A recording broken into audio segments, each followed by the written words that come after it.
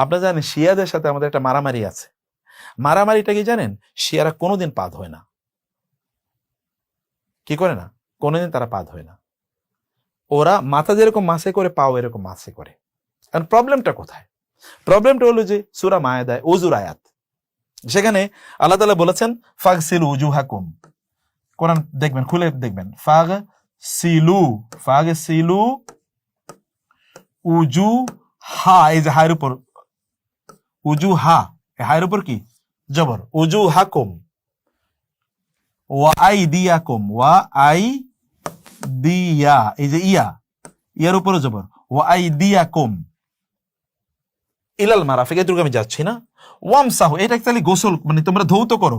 কি উজুহাকুম মানে হচ্ছে মুখ, আর আইদিয়া হচ্ছে হাত। তাইলে তোমরা ওযু করার সময় কি ধো? ফাগসিলু, গোসল, তোমরা ধো তোমাদের মুখ এবং তোমাদের হাত।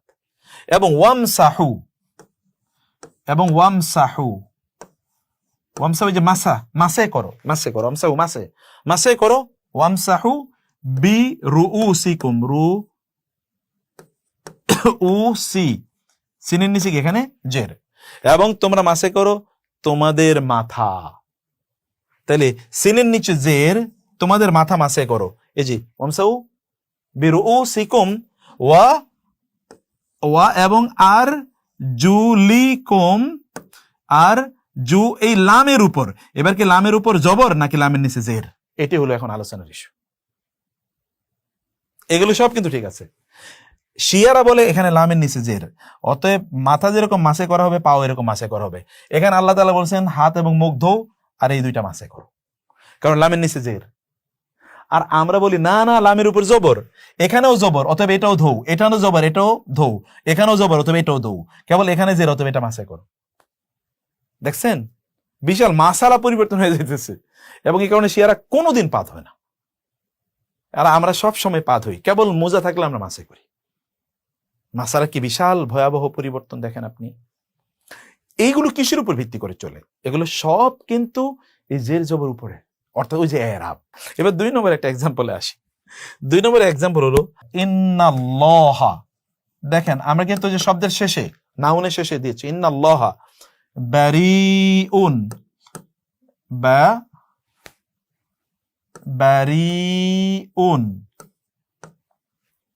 বারিউন, দেখেন শব্দের শেষে দিচ্ছি, আমি কিন্তু আগে পরে কিছু দিচ্ছি না। মিনাল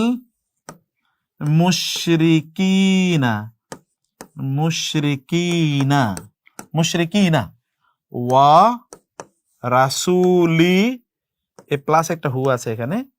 এখন বলেন, এই যে ওয়া আমি বললাম, এই যে রাসূল, এই শেষ বর্ণে কি হবে? এখানে কিন্তু সব আমি বলে দিচ্ছি। এক ব্যক্তি ওমর রাদিয়াল্লাহু তাআলার সময়, তিনি যখন খলিফা আমিরুল মুমিনিন, সেই সময় এক লোক আসলেন, বেদুইন। তিনি আসলেন আমিরুল মুমিনের কাছে এই কোরআন শেখার জন্য, কিন্তু আমিরুল মুমিন সেখানে নাই। ওইখানে অন্য একজন মুসলিম ছিলেন, তো বললেন আমার একটু কোরআন পড়ে শোনাও, তো আমি শুনি। তো উনি তখন সূরা তাওবা পড়া শুরু করলেন। তাওবা পড়ে তিনি আসলেন এই জায়গায় ইন্নাল্লাহা বারিউম মিনাল মুশরিকিনা ওয়া রাসূলিহি, লামের নিচে জের দিয়ে পড়ছেন।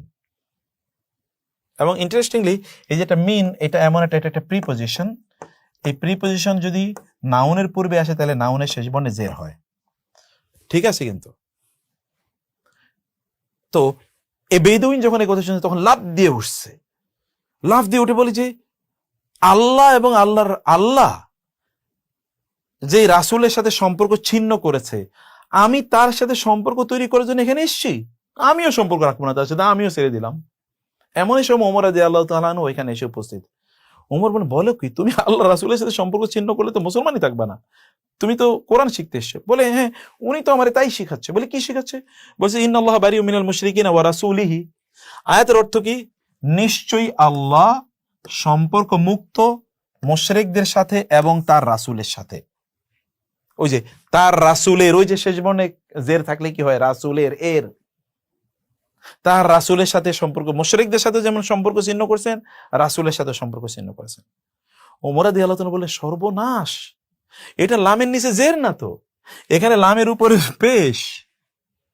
তার মানে হচ্ছে আল্লাহ এবং তার রাসূল মুশরিকদের সাথে সম্পর্ক ছিন্ন করেছেন। দেখেন তো অর্থ কি হয়ে গেছে। ওইখানে অর্থ হইলো আল্লাহ মুশরিকদের সাথে এবং রাসূলের সাথে সম্পর্ক ছিন্ন করেছেন, আর এখানে অর্থ হলো আল্লাহ এবং তার রাসূল মুশরিকদের সাথে সম্পর্ক ছিন্ন করেছে। এখন বলছেন জের জবর পেশের কি ইস্যু? আমি এই কারণে আপনাদেরকে বলবো যে come to the Quran, please understand the Quran. কোরআনকে বুঝেন, ভেরি সিম্পল, খুব মজা। আপনারা সুন্দর করে পড়েন, অন্যদেরকে এখানে নিয়ে আসেন। দাওয়াত নিজে গ্রহণ করেছেন, অন্যদেরকেও দাওয়াত দেন, নিজেও দায়ী হন। তারই দায়ী হলে আপনি অন্যদেরকে, আমরা দাওয়াত দিলে যে সওয়াব পেতাম, আপনি এক্স্যাক্টলি হুবহু তাই সওয়াব পেয়ে যাবেন। আর সাদকায়ে জারিয়ার কাজ হবে এটা ইনশাআল্লাহ। চলুন আমরা লেটস টুগেদার গ্রো, চলুন আমরা একসাথে বেড়ে উঠি এবং আমরা কোরআনের ভেতরে ঢুকে যাই একসাথে। কোরআন অত্যন্ত মজার। যে কোরআন শিখেছে, বুঝেছে, তিনি কোনোদিন ছাড়তে পারবেন না, কোনোদিন ছাড়তে পারবেন না। আমি অনেকবার বলেছি, আজকে অন রেকর্ড বলে রাখি, আমি দুটো জিনিসকে প্রচন্ড ভালোবাসি, আল্লাহ এবং আল্লাহ রাসূল, আল্লাহর কোরআন এবং রাসূলের জীবনী সিরা, প্রচন্ড। এবং আমি দেখেছি এর মধ্যে সব বরকত। আপনাদেরকে ইনভাইট করি আমি এই জায়গায়, ব্রেনটাকে একেবারে ফ্রেশ রাখেন।